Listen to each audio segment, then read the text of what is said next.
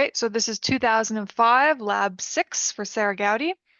We're going to start with our physics shape script. It's an abstract class that inherits from MonoBehavior. We start by creating an enum of all the different shapes available. In this case, it's a sphere, a plane, and a half space. And then we use our abstract method called getShape that returns a shape value. Next, we will get into our physics shape plane.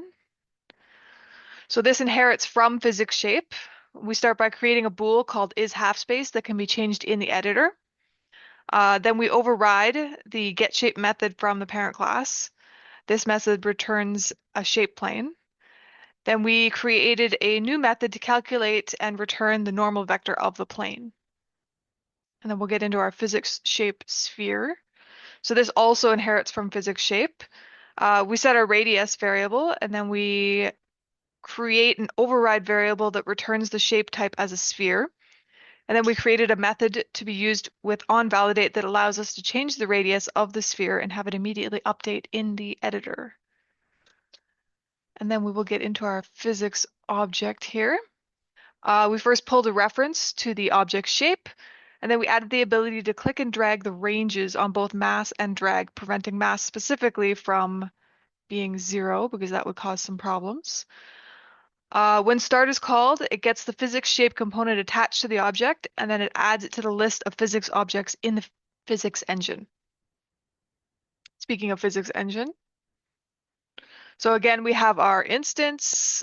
We created a list for all our variables. We defined our variables. Sorry, a list for all our objects. We created a new function called kinematic updates that updates the positions and velocities of all our physics objects, just like the previous lab.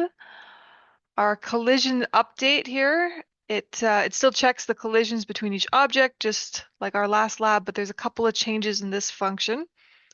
With the new objects added, now this function will now check between collision of spheres and spheres, spheres and planes and spheres.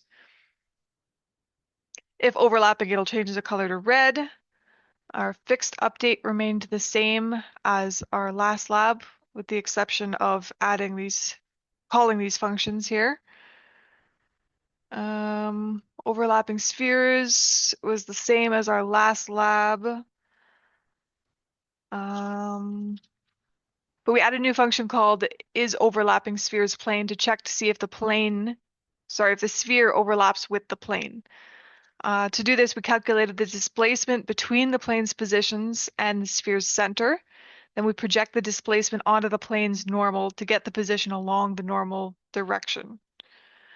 To determine if the plane is a half space, we added a check right here.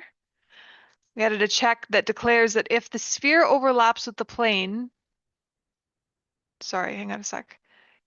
It declares that the sphere overlaps with the plane if its position along the normal is less than or equal to the sphere's radius. And then for a regular plane, we check to see if the distance to the plane is less than the sphere's radius.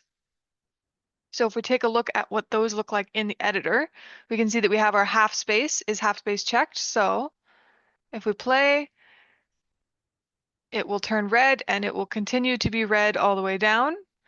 And if we uncheck this, it will only turn red when the sphere collides with it. So yeah, that's all. Thanks for watching.